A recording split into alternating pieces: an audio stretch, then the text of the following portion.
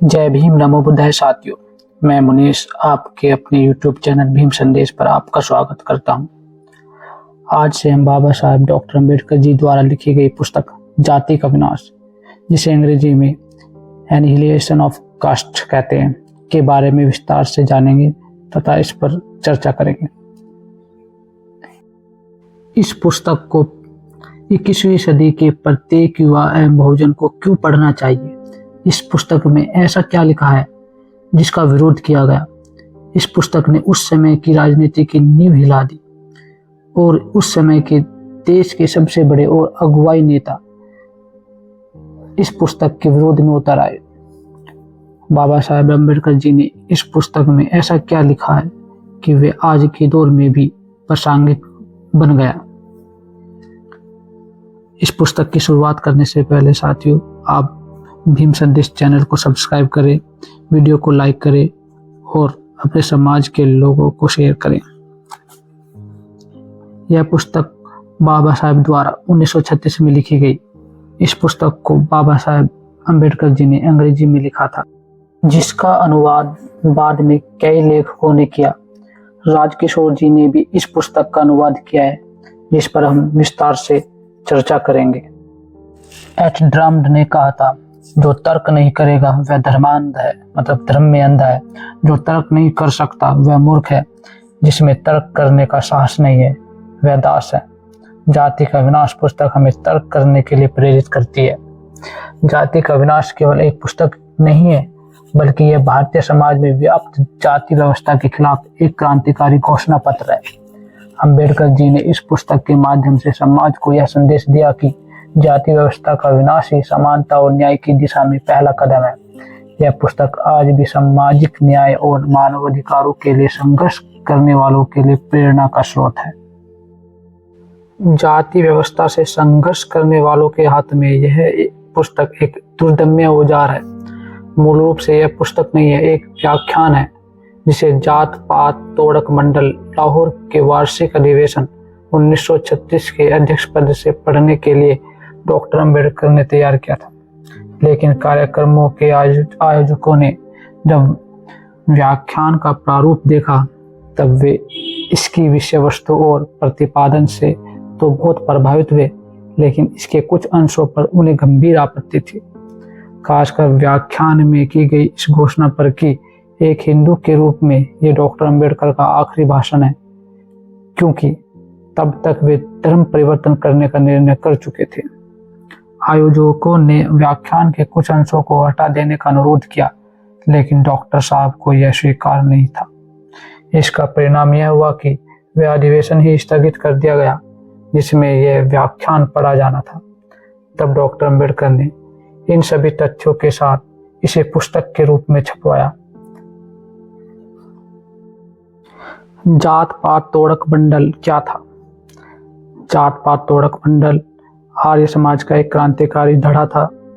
आर्य समाज एक सुधारवादी हिंदू संगठन था, जिसकी स्थापना मुंबई में 10 अप्रैल 1875 को दयानंद सरस्वती ने की थी। जात पात तोड़क मंडल स्वर्ण हिंदुओं का संगठन था। इस तथ्य की ओर अम्बेडकर ने अपने भाषण की प्रस्तावना में हमारा ध्यान आकर्षित किया है। जात पात तोड़क मंडल अंतरजातीय खान पान और अंतरजातीय विवाह पर जोर देता था। इसके सदस्य वार्षिक सदस्यता के रूप में 2 रुपये जमा करते थे। इसके सदस्य हिंदू ही होते थे, जो यह शपथ लेते थे कि वे या उनके बच्चे अपनी जाति से बाहर शादी करेंगे। दूसरे संस्करण की भूमिका में डॉक्टर अम्बेडकर जी ने लिखा है, लाहौर के जात पात तोड़क मंडल के लिए मैंने जो व्याख्यान तैयार किया है उसका हिंदू समुदाय द्वारा मूलतः जिसके लिए यह लिखा गया था आश्चर्यजनक रूप से गर्मजोशी से स्वागत किया गया है। प्रकाशन के 2 महीने के भीतर ही अंग्रेजी संस्करण की 1500 प्रतियां समाप्त हो गई थी। गुजराती और तमिल में इसका अनुवाद किया गया है।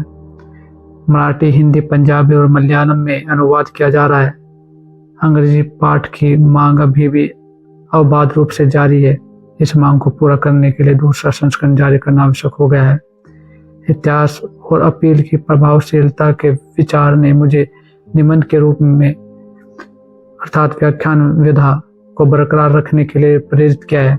हालांकि मुझे इसे एक सीधे कथन के रूप में दोबारा लिखने के लिए कहा गया था।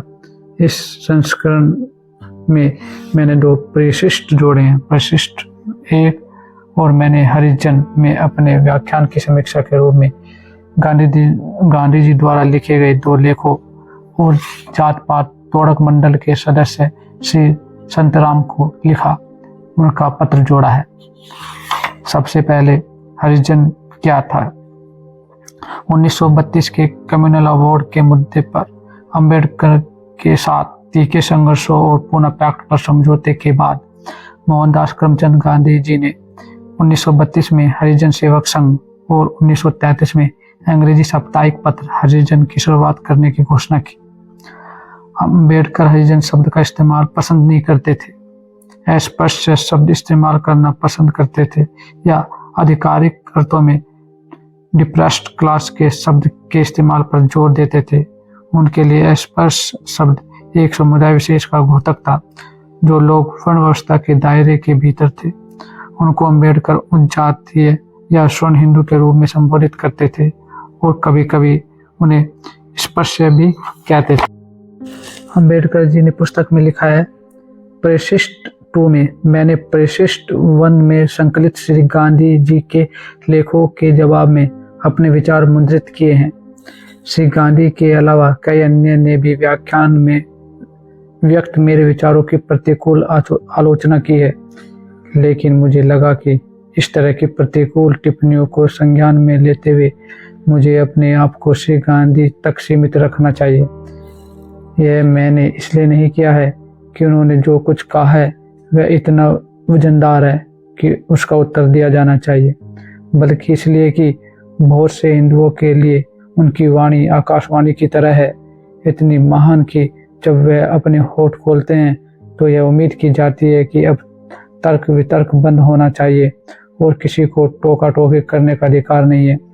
लेकिन दुनिया उन विद्रोहियों की बहुत ऋणी है जो पुरोहितों के सामने उनसे बहस करने की हिम्मत करते हैं और दावा करते हैं कि इस वर्ग से भी गलती हो सकती है। प्रत्येक प्रगतिशील समाज अपने विद्रोहियों को जो सम्मान देता है, मुझे उसका लालच नहीं है। अगर मैं हिंदुओं को महसूस कर पाता हूँ कि वे भारत के बीमार लोग हैं और उनकी बीमारी अन्य भारतीयों के स्वास्थ्य और खुशी के लिए खतरे पैदा कर रही है, तो मेरी संतुष्टि के लिए इतना काफी होगा। यह लेख अंबेडकर जी ने 1937 में लिखा। आइए संतराम जी के बारे में जानते हैं। संतराम जी कौन थे। संतराम जी बीए जात पात तोड़क मंडल के एक संस्थापक सदस्य थे। उनका जन्म 14 फरवरी 1887 को पंजाब के होशियारपुर जिले के पुरानी बस्ती गांव में हुआ था। वे अपने नाम के आगे बीए लगाते थे। ऐसा वे जाति सूचक नाम को अस्वीकार करने के लिए करते थे। वैसे उनकी स्वयं की जाति कुम्हार थी। संतराम के अनुसार उनके गांव में कुम्हार जातियां बर्तन नहीं बनाती थी, बल्कि व्यापार करती थी।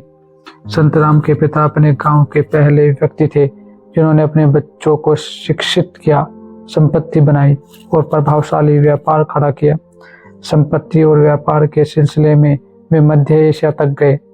संतराम की शादी 12 साल की उम्र में एक अशिक्षित लड़की से हुई।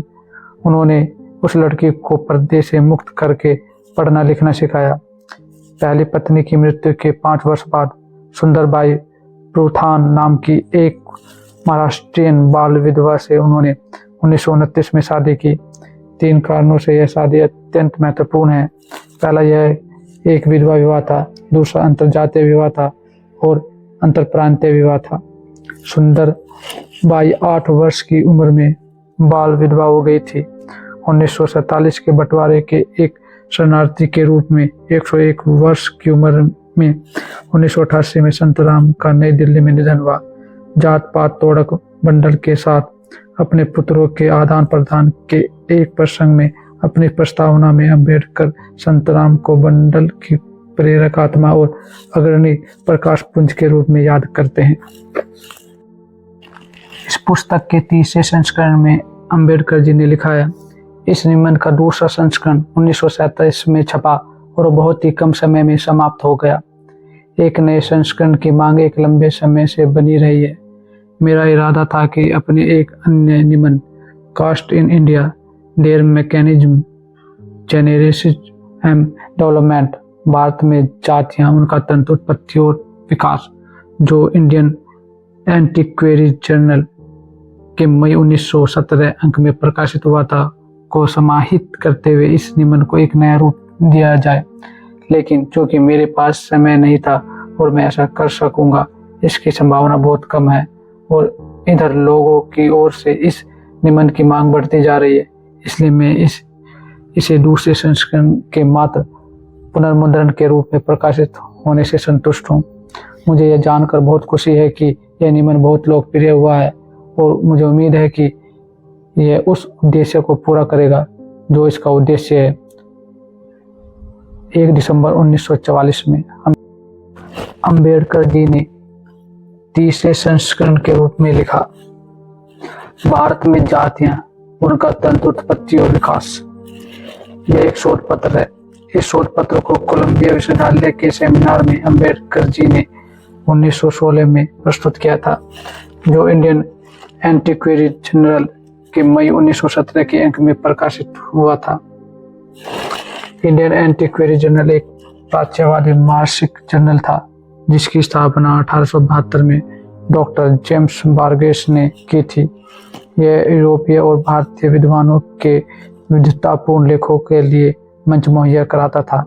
इस जर्नल का पूरा नाम the Indian Antiquary, a journal of oriental research and archaeology, epigraphy, anthropology, geography, history, folklore, languages, literature, numismatics, philosophy, religion इत्यादि था।